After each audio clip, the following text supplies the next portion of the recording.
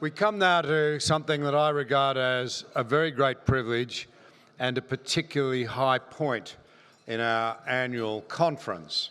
It's the recognition of people who have helped in our objective of developing a food-secure world.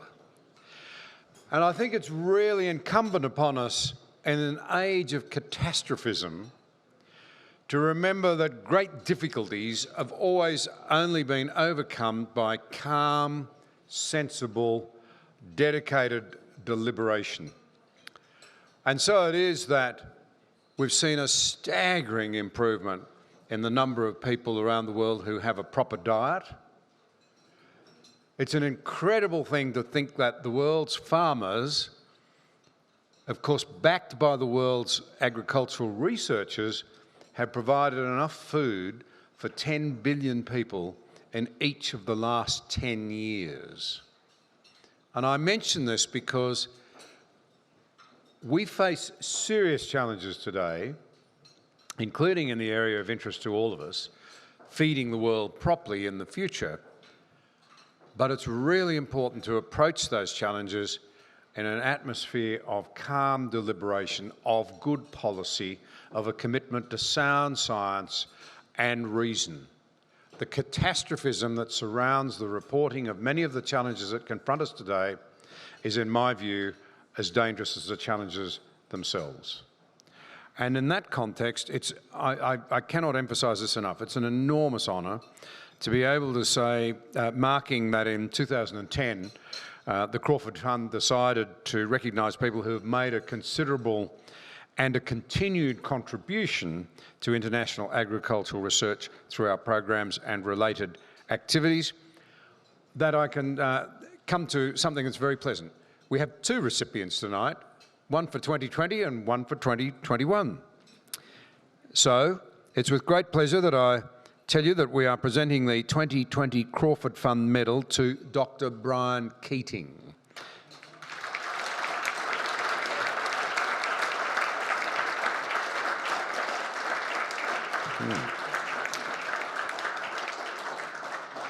Brian, if you could make your way up here.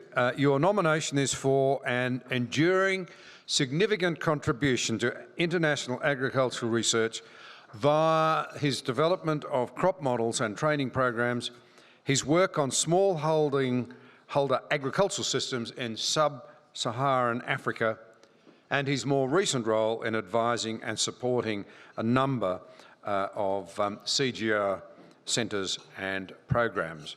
He's an agricultural scientist at the University of Queensland, so I'm absolutely delighted that you're allowed into, well, I was going to say New South Wales, but it's actually Canberra. I have to tell you, the world has gone nuts. 2 weekends ago, we had a wedding at home for my daughter, and the bridegroom's brother and his partner were able to fly in uninhibited from the United States of America and drive up to the wedding, and our friends and relations from Queensland were not allowed to join us. Could you take a message back there that that's nuts? Sorry, I'm probably exceeding my brief, but you're a scientist and you know about these things. Anyway, you completed your PhD up there in 1981. You then joined the CSIRO, where you worked as a research scientist, division chief, flagship director, ultimately as executive director, agriculture, food and health, before retiring 5 or 6 years ago. In those capacities, you demonstrated significant leadership to the Australian agricultural research agenda. You are currently, as I understand it, an honorary fellow at CSIRO. Your career focus has been on the productivity and sustainability of agricultural systems in Australia and sub-Saharan Africa, where we don't hear much about it, but some real progress is being made. And that's really good news, particularly given what a population in Africa today of around 1 billion. It's the one place, 92 countries in the world today have a declining population. Africa looks like, as a continent, it'll go up to 3.5 billion by the end of this century. You've been part of the team developing the APSIM farming systems platform for the last 25 years. You're a pioneer in the application of simulation models in farming systems research in Eastern and Southern Africa in the 80s and 90s. Your recent contribution to the CGR Climate Change, Agriculture and Food Security Program has also been important in that the development of resilient farming systems is particularly critical to ensuring ongoing food security for many poor smallholder farming families in developing countries. You've been a very active participant on a high range of fronts and a tremendous supporter of and someone with deep links with the Crawford Fund. So it's a great delight, Brian, to present this to you.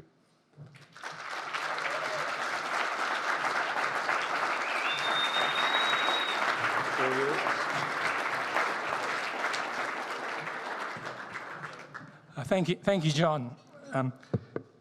Let me say up front, I've seen the light. I retired to a small farm in northern New South Wales, John. So I've joined the good country.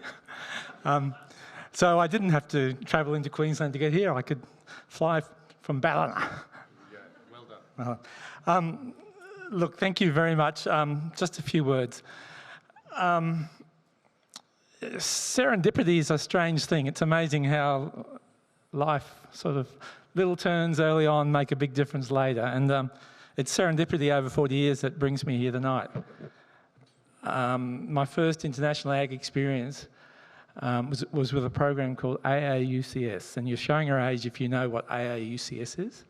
It was the Australian Asian Universities Cooperation Scheme. It was 1978. My university supervisor was running a short course in Indonesia on tropical root crops, and I had the job of a demonstrator setting up the field trial. So I spent a few months in Indonesia, and it was a formative experience.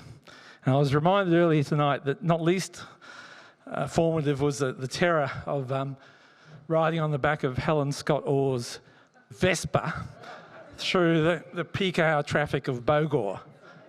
Helen wants me to tell you that she was a very sedate driver, and she was very safe, but it was what was going on around me was what was worrying me a lot. Anyway, that was it. I thought my international ag experience was over, but about 6 years later, I was in CSIRO, and it was 1984, 85.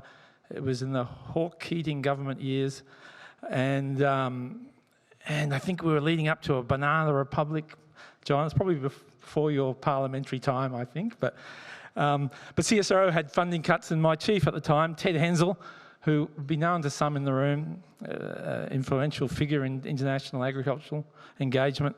Ted said to me, look, we haven't got a job for you here, but there's this new program, it's called ACR, and it's setting up its first big African project, and if you'd like, you could have a job with that, and you can go to Zaria in northern Nigeria, Machakos in eastern Kenya, or Catherine in the Northern Territory. They were the choices. I spoke to my wife. We had 2 young kids at the time, under 4 years. We chose Kenya. I'm not sure why, but it just sounded right. It was a good thing because budget cuts further cut the Nigerian leg of that program off, and it disappeared when the staff were on their way to take up their postings. So I chose the right site. Anyway, look, that was a fantastic formative experience as a young agronomist, to be embedded in the National Agricultural Research System in Kenya. We spent 5 years there.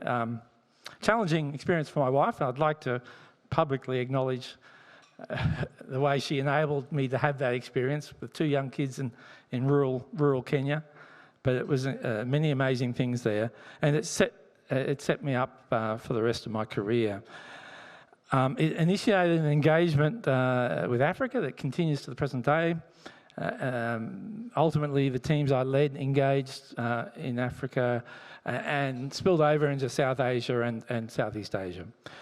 Now, the Crawford Fund often talks about doing well by doing good.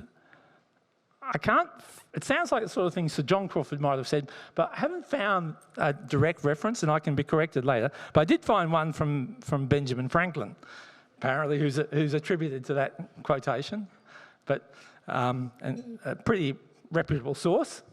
And so hopefully we did some good over the decades of international partnerships, and we certainly, I think, did a lot of reshaping of farming systems research globally. So we hopefully did some good, but I'm certain we did well. I'm certain the benefits that came back to me personally, to the teams I led, to CSIRO, to Australian agriculture and Australian agronomy, I'm certain there were really significant benefits. And it all was possible because of ACR supporting CSIRO to work in that environment. The farm systems models, which are pretty everyday now in Australian agronomy, notions of involving farmers in the research, that was novel in Australia. It wasn't internationally. The notions of having social scientists and economists in the research, that was unheard of. Most of the research in Australia was still on the research stations. So we were able to bring a lot of that back to Australia in the 80s, and it changed CSIRO, and I think, and with partners around the country, we changed Australian agronomy. That's we did definitely do well because we tried to do some good. So I can sign off on that principle. Let me thank a few people. Crawford Fund, fantastic. Thank you for this opportunity and recognition. It's appreciated as much as it was unexpected. ACR and CSIRO have made this possible over 40 years. They've been committed to this. And I want to just make it really clear, it's been a partnership and it requires both. It's not just a contract from ACR to do a piece of work. It requires deep commitment from the research agencies as well, to have the staff available, to have them trained up, to commit them to these programs. And many colleagues I won't specifically recognise. I wanted to name one, though, who'll be known to many in the room. Bob McCown was the inspiration behind farming systems research in CSIRO and our international agricultural engagement in that area. Bob's passed on now, but he's shaped a lot of that side of CSIRO, and I'd like to dedicate this recognition to Bob as much as anyone else. And finally, the next, the 2021 award, I believe, I've heard a rumour, is going to another CSIRO colleague, TJ. Could I say how pleased I am to be able to share this stage with you, TJ. There are two big forces that have shaped agricultural research in Australia in the last 30 years. One's, if you like, farming systems research underpinned by the digital revolution, and the other is plant biology, which is probably also underpinned by digital revolution, I suspect. And it's a nice bit of symmetry and serendipity that we're both here tonight. So TJ, I'm so honoured to be here with you. Thank you.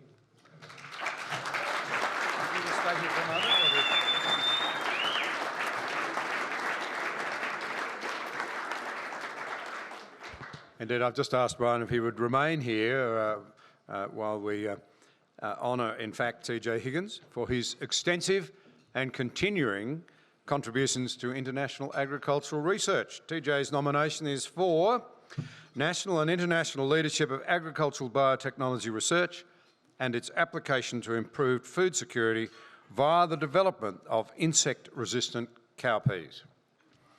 TJ, as he's so widely known, is a graduate of Trinity College, Dublin, and did his PhD at the University of California before coming to ANU in 1971.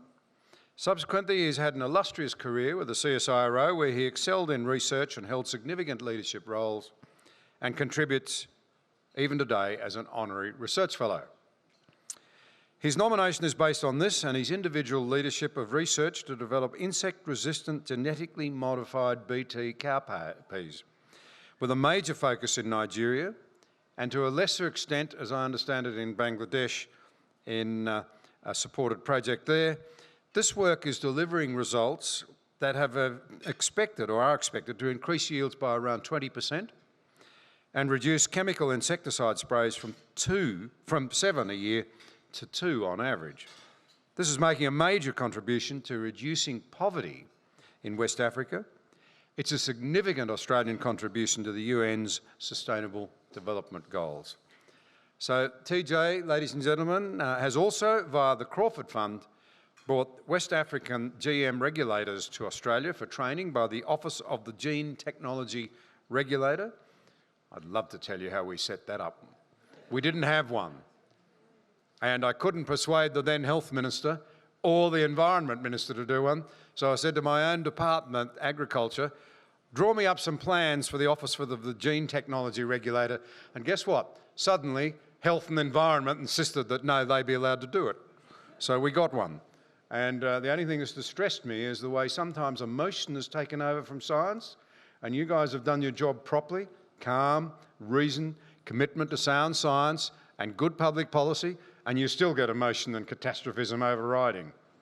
Beware emotionalism and catastrophism with the challenges we're talking about in feeding the world's population again.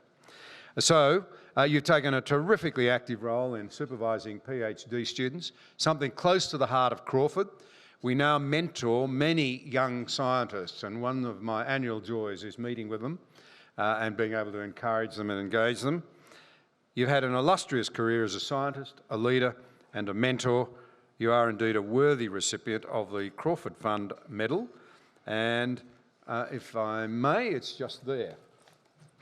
Present it to you and invite you to say a few words.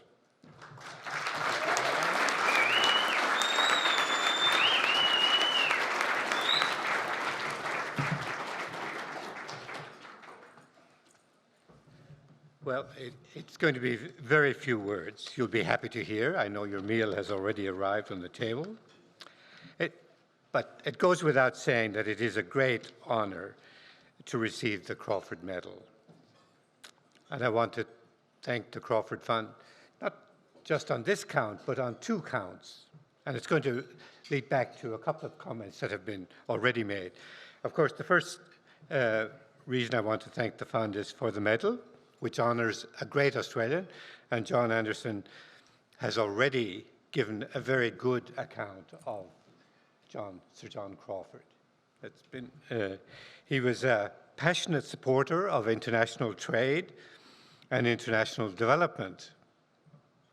Lloyd Evans, who was also another hero, was a hero of mine, and himself no slouch in agricultural development and international development, admired Sir John Crawford, calling him a Malthusian optimist. Now, Malthus didn't, he was fairly pessimistic about the future. The population was increasing so fast, food was not going to keep up with it. But Sir John didn't, he did pay some attention to that, but he didn't really believe it.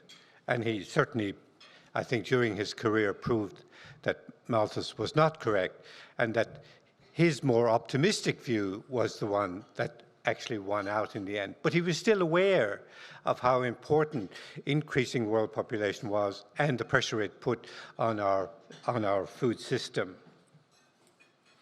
The second reason I want to thank the Crawford Fund is something that has just come up.